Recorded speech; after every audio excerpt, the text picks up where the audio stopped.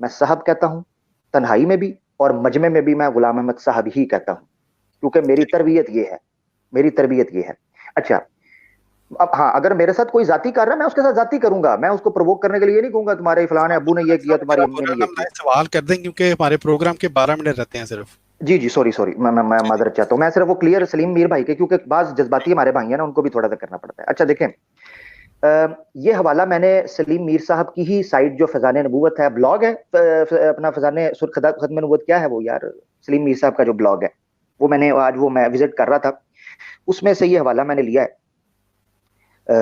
7 بچن کا میں نے سرچ کیا اس کو, 11ویں جلد میں جو میرے خیال 10ویں جلد ہے روحانی خزائن کی, اس کے صفحہ نمبر 111 سے ہی شروع ہوتی ہے 7 بچن. اچھا یہ جو اس کا بیک گراؤنڈ ہے نا, وہ سلیم میر صاحب نے خود اس کے بلاگ کے اوپر لکھا بھی ہے کہ یہ بیسیکلی بابا گرو نانک صاحب جو تھے نا, ان کے دفاع میں لکھا گیا تھا.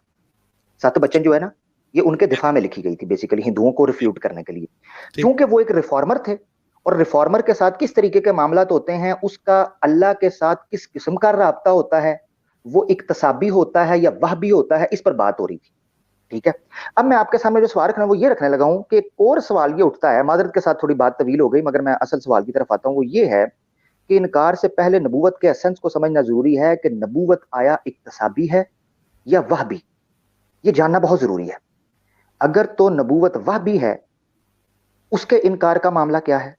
اگر کسبی ہے, سمجھا جائے مثلا دونوں میں سے جو, اس کے انکار کا معاملہ کیا ہے؟ آسان لفظوں میں سمجھنے کے لیے میں یہ کہہ دیتا ہوں کہ مثال کے طور پر میں مرزا غلام احمد قادیانی صاحب کو اگر نبی نہیں مانتا, for the sake of argument, 1 minute کے ابھی میں نبی نہیں مانتا, کیا میرا وہ انکار مجھے جہنم میں, کفر میں اور باطل میں ڈالے گا؟ مثلا میں یہ جاننا چاہتا ہوں تاکہ میں سمجھ سکوں کہ یہ کس نوعیت کا انکار ہے. بہت شکریہ, مجھے بتائیے گا یہ وہبی اور کسبی کے اعتبار سے. جی جزاک اللہ. جی دوستوں نے سوال سن لیا ہے محترم عامر صاحب کا. صرف ایک لائن میں جواب دے کے تو باقی پھر جری اللہ بھائی اور مبارک احمد صاحب کریں گے. یہ جو کسبی اور وہبی کی بحث ہے نا, اس میں حضرت مسیح موعود علیہ السلام جو فرماتے ہیں کہ میں نے اطاعت کی حضرت نبی اکرم صلی اللہ علیہ وسلم کی کامل, تو اللہ تعالیٰ نے مجھے نبوت دی, تو اس پر یہ اعتراض کرتے ہیں یہ تو پھر کسب ہو گیا کہ آپ نے محنت کی اور پا لی, اور جو بھی محنت کرے گا پالے گا. یہ غلط فہمی ہے. ٹھیک ہے جناب, جو اولاد ہے نا, اولاد وہ وہبی ہے. جی, وہ اولاد اللہ ہی دیتا ہے, لیکن اس کے لیے کسب بھی کرنا پڑتا ہے. اگر آپ کسب نہ کریں تو وہب بھی نہیں ہوگا. آپ جنگل میں جا کے اکیلے بیٹھ جائیں تو آسمان سے اولاد کبھی بھی اللہ نازل نہیں کرے گا, اس کے لیے کچھ نہ کچھ کسب کرنا پڑتا ہے. جتنے بھی انبیاء ہیں, حضرت ابراہیم علیہ السلام کے بارے میں قرآن کریم میں لکھا ہے کہ میں نے اسے ایک کام دیا اور اس نے کام کو پورا کیا اور مجھے پسند آیا, میں نے اسے چن لیا. تو وہ کسب جو ہے وہ اس وہب کے لیے ضروری ہوتا ہے. یہ آپ کے اس مختصر سے سوال کا ایک مختصر سا جواب ہے. تو باقی دوسرے دوست, چونکہ وہ پروگرام کا وقت بھی ابھی کم ہے, تو دوسرے دوست جو ہے وہ جیسے بھی, اچھا دوسرا جو ہے مختصر سا میں جواب دیتا ہوں. آپ نے کہا جی حضرت مسیح موعود علیہ السلام اللہ کے بھیجے ہوئے سچے نبی ہیں, تو کیا میں ان کو نام مان کے جہنمی ہو گیا ہوں؟ تو یہ بالکل درست بات ہے کہ جب اللہ تعالیٰ نے ایک بندے کو بھیجا ہے کہ اس بندے کی بات سنو, یہ تمہیں جنت کا راستہ دکھائے گا, تو جب اس کی بات کو آپ نہ مانیں گے تو ظاہری بات ہے دوسرا راستہ پھر جہنم کو جاتا ہے. بہت شکریہ. جی جزاک اللہ, بہت بہت شکریہ. جی کوئی اور تو اس بارے میں کچھ کہنا چاہیں گے؟ جی ڈاکٹر صاحب, میں ایک حوالہ یہاں پہ مرزا صاحب کی کتاب سے پیش کرنا چاہتا ہوں, چونکہ یہ بات کی ہے کہ نبوت جو ہے یہ وہبی ہے, یہ کسبی ہے. تو اس حوالے سے میں مسیح اسلام کی ایک بات پیش کرتا ہوں. حضور یہ بات بیان فرماتے ہیں کہ نبوت کیا ہے, یہ ایک جوہر خدا داد ہے. اگر کسب سے ہوتا تو سب لوگ نبی ہو جاتے. یعنی حضور بھی وہاں بھی لے رہے ہیں, اس کو کسبی نہیں بیان کر رہے, یعنی کہ یہ کسب یعنی کمانے والی چیز نہیں ہے, بلکہ یہ وہاں بھی عطا کردہ خدا کی طرف سے, خدا ہی عطا کرتا ہے.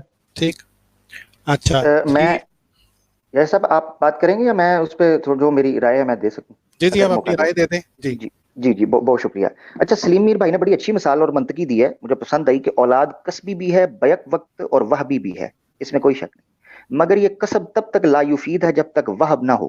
ہم نے دنیا کے اندر کئی دہائیوں, کئی عرصوں, زمانوں تک ہم نے ماں باپ کو کسب کرتے دیکھا ہے, مگر اولاد نرینہ سے وہ جو ہے نا وہ مرحوم رہتے ہیں. اس کا مطلب یہ ہوا کہ عامر بھائی صرف ایک چھوٹی سی بات کرنی ہے. میرے ڈاکٹر صاحب موبائل کی بیٹری بالکل ختم ہو جا رہی ہے, میرا فون بند ہونے والا ہے, تو میں معذرت چاہتا ہوں کہ مجھے کال ختم کرنی پڑے گی. No problem.